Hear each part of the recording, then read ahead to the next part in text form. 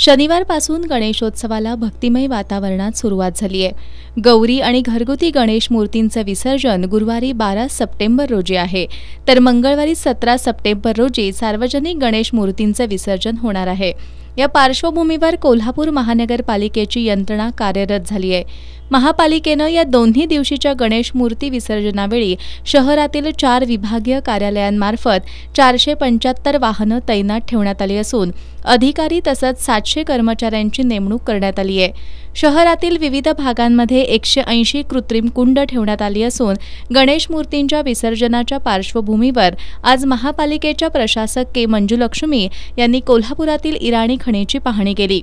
या ठिकाणी योग्य नियोजन करावं अशा सूचना त्यांनी अधिकाऱ्यांना दिल्या। इराणी खणीवर गणेश मूर्तींच्या विसर्जनासाठी अद्ययावत कन्व्हेअर बेल्ट बसवण्यात आल्याचं त्यांनी सांगितलं।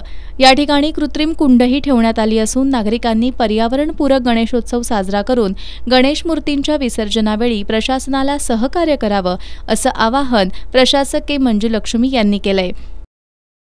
सगळे कोल्हापूरवासियांना विनंती करते की आपण पर्यावरणपूर्ण गणेश विसर्जन या वर्षी पण करूया आणि परत एकदा सगळ्यांना गणेश चतुर्थीच्या गणेशोत्सवाच्या शुभेच्छा देते आणि सगळे आमच्या नियोजनामध्ये पण आणि एक पर्यावरणपूरक गणेशोत्सव साजरा करण्यासाठी पण सगळे कोल्हापूरवासियांनी प्रशासनाची सहकार्य करावे असं आपण सगळ्यांना विनंती करते। दरम्यान प्रशासकांनी कोल्हापूर शहरातील विसर्जन मार्गाची पाहणी अधिकाऱ्यांसमवेत केली।